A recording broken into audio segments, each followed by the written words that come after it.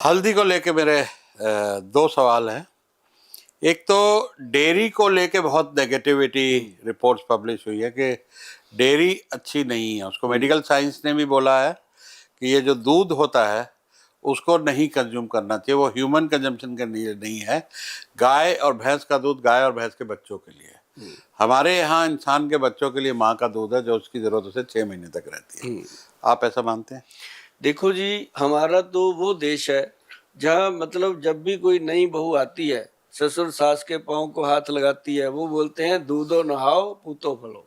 हमारे तो दूध पीने के साथ साथ नहाने की प्रथा भी है। मतलब कहने का कि जो दूध बंद करते हैं लोग, वो लोग हैं जिन्होंने मशीनें लगा ली हैं कि लोगों के घुटने बदलने ही हैं, कि उनको दूध मत पिलाओ, पी लेंगे तो घुटना नहीं बदला जाएगा। अच्छा। उनके शरीर में ताकत रहेगी। अगर आप दूध पीते हो, हम तो भाई इतने साल हो गए, मेरे लगता है 40 साल तो मुझे हो गए कि रोज रात को दूध का 1 गिलास पीते हैं। और हमारे फादर साहब पीते हैं, हम देख रहे हैं, कभी कुछ नहीं होता। हमने जितने लोगों को देखा, पुराने बुजुर्ग सब दूध पीते हैं। और दूध की नदियां बहती हैं हमारे देश में, क्योंकि ट्रकों के ट्रक, डॉलरों के टैंकरों के टैंकर दूध रोज सेल हो रहा है, लोग पीते ही हैं। अब जो साइंस कहती है कि दूध पीना नहीं चाहिए, वो साइंस अपनी जगह बिल्कुल ठीक है सर, क्योंकि लोगों ने क्या किया, अपने ही दूध को दूषित कर दिया। अब साइंस क्या करे, उसको छान छान के थोड़ी ना बताएगी। गाय रखी है, भैंस रखी है, दूध जब निकालते हैं तो एक टीका लगा देते हैं। हाँ, हार्मोनल इंजेक्शन जो लगता अब है। वो सर नुकसान तो करेगा ना। राइट। अगर आप दूध पीना चाहते हो, अच्छा दूध पियो, और दूध के साथ जो आपको फायदे होने वाले हैं। अच्छा, अगर आपको लगता है कि दूध पीना चाहिए, तो कुछ नहीं लगता, थोड़ी सी हल्दी मिला दो ना उसमें। जो उसके अंदर वायरस है, फालतू कीटाणु हैं, फालतू उसके अंदर नुकसान करने वाली चीजें हैं, उनको तो हल्दी हटा देगी ना। हल्दी को एंटीसेप्टिक क्यों कहा गया है? हल्दी ही एंटीसेप्टिक है। और बहुत ज्यादा अगर मान लो शरीर में दर्द हो रहा है तब दूध पीना है, तो उसमें 1 चुटकी काली मिर्च डाल दो, हल्दी डाल दो, 1 चुटकी काली मिर्च डाल दो, 1 चुटकी हींग डाल दो।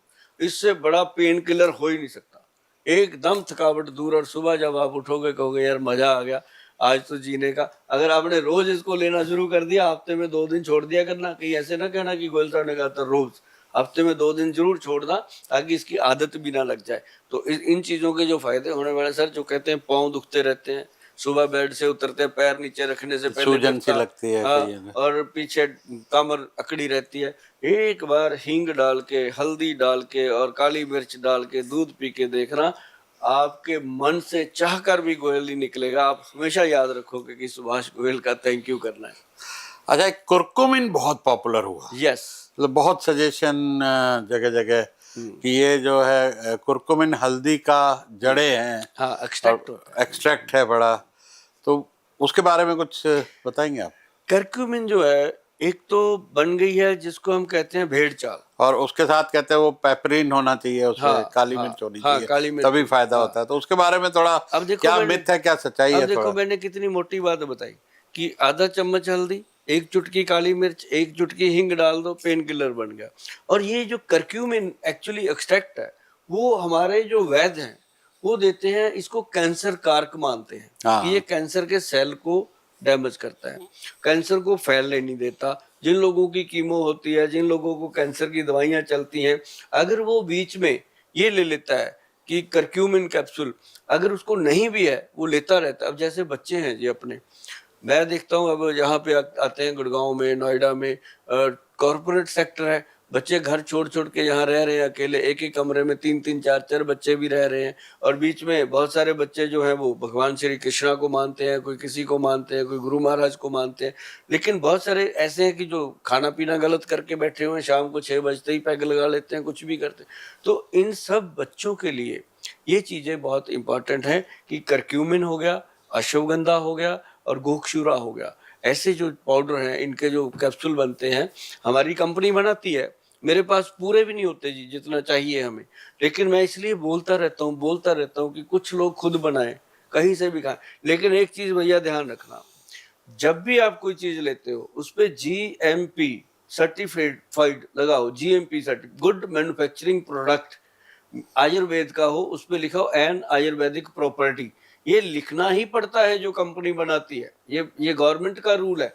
ये दो चीजें अगर उस पर आप पढ़ के लेते हो, चाहे वो सुभाष गोयल ने बनाया, चाहे वो हरदास गोयल ने बनाया, चाहे वो किसी ने भी बनाया, वो प्रोडक्ट सही हो सकता है। लेकिन मैं आपको ये बता दूं कि अपना जो ब्रांड है वो वैद्यवान के नाम से है। अगर वैद्यवान लिखा है तो मैं कह देता हूँ बिल्कुल प्योरिटी की आप चिंता ही ना कीजिए, क्योंकि उसमें मेरा दिमाग जो है, मेरा दिल जो है, मेरी इज्जत जो है, मेरी प्रेस्टीज है, उसके साथ शामिल है।